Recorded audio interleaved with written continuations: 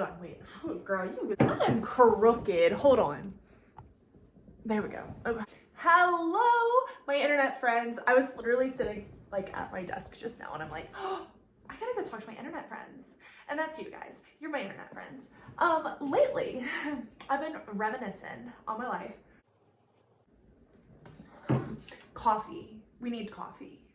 So lately, I've been reminiscing on my life. I gotta come closer.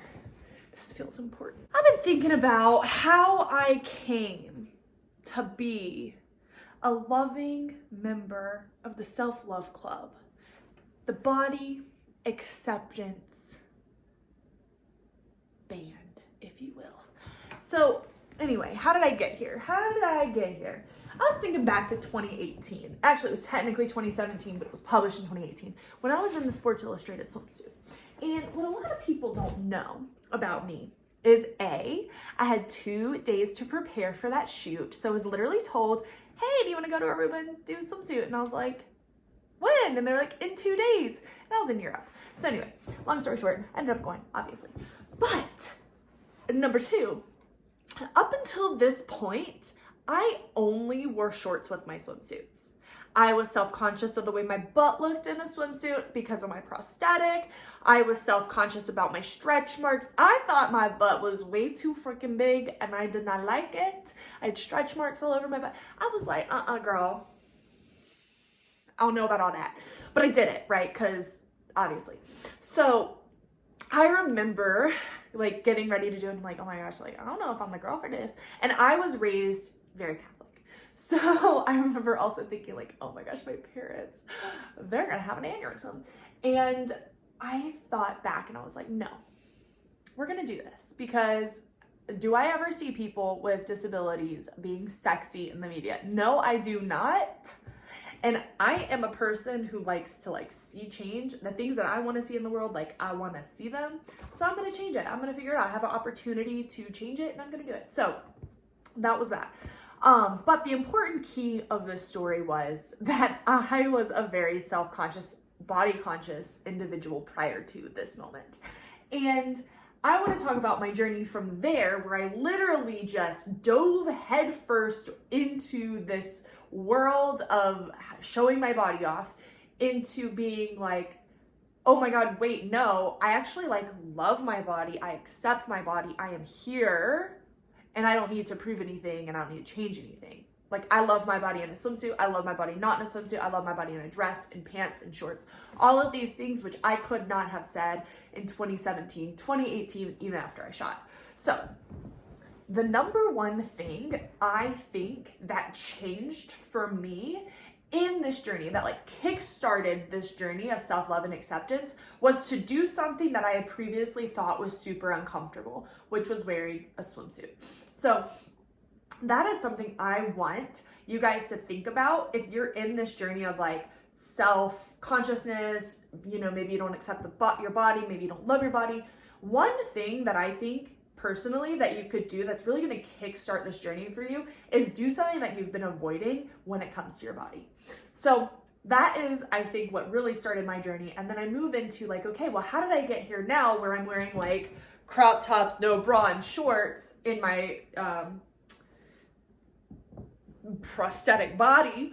How did I get to this point where I just show up on the internet? I didn't care. I didn't change. I was like, this is who I am. This is where we're at. And that is plenty and enough. And at least I'm showing up. So how did I get to this point? Well, I kept doing that. And what I noticed through this journey of like, you know what, I'm going to do it. I like it. I want it. I wear it. What happens through that process? And I'm a big like person who likes to like reflect. So I would take moments to be like, wait, this is what I thought happens when I wear pants, when I wear shorts, when I wear swimsuits. Like this is what I thought people were going to say and react. But this is what actually happened. And this is how I responded. So 9 times out of 10, and I'm gonna leave one in there and I'll tell you why. So 9 times out of 10, nobody cared. Literally, it was the same. If I were wearing a swimsuit, it was the same. If I were wearing pants, if I were wearing shorts, it was all the same reactions. Nothing changed. Now there was that awkward or one-off time where, let's say I was at a pool and I was wearing shorts and some jackass stared or some jackass pointed a finger or like made me uncomfortable. There are those moments still. And how I get through that, instead of being like, my body is so wrong, I'd be like, first of all, dude, like, that guy's a douchebag. Second of all, or girl, whoever, that person's a douchebag. That was one, and I would be like, something wrong with you. And then two, I'd be like, okay, well, what does that say about me and my body? Nothing. Like, do I really want to accept the opinion of somebody who's going to publicly make somebody uncomfortable? Do I really accept their opinion? Because they are not a good person. Do I really want to follow their lead on how they feel about me? No, I don't. That is not a person I want to surround myself with. So why am I going to allow their opinion of me change how I feel about myself? That is messed up. So I started to realize that was what I was doing though. I used to sit there and be like, oh, well, that person said that I was not pretty, or like they laughed at me. Like, I don't know. All of those things have happened. So I should not wear these pants. No, look at the source. Who is telling you these things? How did I feel when I put those shorts on or those pants on? It was freaking hot outside. I wanted to wear it. Or it was cold. Like, I needed to wear it. So I'm not going to let Sally and Jack, like, mess up my day, mess up my life. Okay? So that was number two. Who are saying these things, and why are you accepting them as your truth? And number three is I got, like, super uncomfortably raw with myself and my body. And I still do this sometimes because we're humans. Like, first of all, the beauty standards change. That's why it's impossible to be a beauty standard, because it's constantly changing. It'll go from like big butts to small butts to big boobs to small boobs to big lips to small lips. And you're like, I just like got lips, you know? So I started to really get raw and uncomfortable with myself and look at myself and be like, okay, I'm gonna get real with you guys right now, and I'm not fishing for compliments. Don't come saying, oh, you're beautiful. No, we're not doing that right now. We're not doing that right now. Right now, we're just listening. So we're validating, we're listening, because I know we all got them. So right now, my big insecurity is my arms. Like, I just feel like there's not a whole lot of definition. They're strong. Like, I can go lift some stuff, but like, there's just not a whole lot of definition from the side. They're big. And if you look at my body in proportion, like if I were standing next to you, they're just big in proportion to the rest of my body. Fact. We're not putting any meaning there. We're not putting any judgment there. Fact. That's how I feel. So that is something I am working on right now. And so what I do when I'm feeling these insecurities come up, when I feel like, oh, my arms, I go, fact. I guess what I just did for you guys. I go, okay, fact. My arms are bigger, or they just look bigger compared to somebody who has tiny little ballerina arms, which I think are gorgeous and beautiful, which is why I'm having issues with my own arms. So, fact, they're bigger than a ballerina arm, but there's no judgment attached. It just is, and I say, okay, yeah, okay, my arms are just not ballerina arms, and that is okay. And I'm still gonna wear the shirt, and I'm still gonna wear the dress, and I'm still gonna smile in pictures with my friends, and I'm still gonna go to the gym, lift heavy weights, because that's what brings me joy, and I'm not gonna stop doing that because I want smaller arms. And so I accept it, I honor it, I validate that feeling, but I do not hold judgment. I do not put any meaning towards it. I do not attach a meaning about my body. So what I mean by that is, like, I do not look at my arms and be like, oh, I'm fat, or oh, I'm not pretty, or oh, I'm not enough. I don't do that. Stop doing that. You can honor that feeling of that of that opinion of your body. You can honor it and validate it and say, okay, yes, that's how I feel in this moment, but do not attach a statement, do not attach a meaning, do not attach anything else onto it. You just say, it is what it is, and then I move on. So I recently was just in the hospital, and all my traumatized girly gals and boys out there know that when you say recently in the hospital and you just laugh because it's just a funny statement.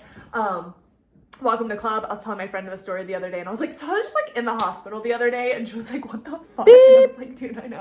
It's just so casual. But I was just in the hospital. I got rhabdomyolysis. My muscles broke down too much, and it's like overwhelming my kidneys, so I can't train right now, which I have a whole podcast episode on that if you want to listen to what I learned and how I'm avoiding that in the future. But anyway, that's not what we're talking about here. And while I was there, it was for my leg, and my leg apparently, allegedly, got very swollen while I was in severe pain. And the doctor kept asking, he's like, is your leg swollen? Is your leg swollen? And I'm like, bruh, I don't know what my leg looks like. I was like, I have body dysmorphia like the rest of the women in the world, and I don't know what my body looks like. So I looked at my husband who was sitting there and I was like, bruh, is it swollen? And he's like, yes, Brenna, your leg is swollen. And I was like, see, to me, it just looks like another day, a big old leg. I look at my leg and I'm like, damn, bitch, you big. But that's it, you move on. Like, but that's okay. So I guess the moral of that story was, I don't always see myself in the best light, but I also don't see myself in the worst light. I just see myself. And that helps me with body confidence. Body acceptance is more of like, I would say body acceptance is where I am in my life. But that fuels my body confidence because it is what it is and there's no judgment. And so Sally and Jack's opinion don't matter. I do not allow myself to have a negative or positive opinion about my body. I just accept it as fact and move on. And that allows me to wear clothes that I like and do things that I like. I enjoy lately trying to find my style and my fashion, and I'm not going to allow the way that the size of my body or whatever the things about my body dictate the joy that I bring into this world. And so that is the moral of the story. It was kind of a lot. I am a chaotic person, and I've only drank like this much of my coffee, and I firmly believe coffee mellows me out because like I'm just jazzed, and I haven't had any food yet. Like I am just not killing it, but did get the girls up, my girly girls. I got 2 of them. I did get them up, got them ready for school, got them breakfast, got their lunch packed, but then my husband took them. But still, I did all of that, so I took care of other people, but I'm gonna go take care of myself right now because I'm kind of hungry. But yes, if you want more information too on like the lessons that I learned giving myself rhabdo, and how I'm avoiding it in the future, because I gave myself rhabdo because I was trying to push my limits and I wanted to see how far I can go because like I just love that. But I should have listened to my body, rested and recovered, and took time for myself. And so anyway, I have a whole podcast episode on that released today, Gold Medal Mindset Podcast. Go listen if you so wish. But this channel, Brenna Huckabee, me, this channel is just like life as an amputee, as a mother, body confidence, mental health. Like I'm sure I will talk more about my mental health on here, but overall this is like Brenna space, whereas my podcast is more of Brenna space, but my mindset, my perspective, the tools that I have, personal growth and development, because that is another side of Brenna that she is so into. Also, before we go, I got a new tattoo yesterday. It says Lila. I had my 5-year-old, well, she's 6 now, holy crap. I had my 6-year-old write her name on a piece of paper. And I said, Lila, your best handwriting. I want to see it. It's going to Mommy's arm forever. And she was like, I got you. So good memory too. It was just like a really fun memory of her writing her name for me. It looks blown out, but it's just the ink because it's healing. And then I got a second piece. Okay, it's a mountain range in fine needle, very small, love it, with 2 coordinates separated by a cute little bedazzle. And the coordinates are both of the venues that I competed at. So the first one is the Korean venue, and the second one is Beijing. And I'm gonna do more games, so I'll have to figure out the future of those. Maybe I'll do something else somewhere else, but I have a whole canvas to play with, so yeah. Thank you guys for watching. I hope this wasn't too chaotic. I apologize. I'll drink my coffee next time. Okay, bye.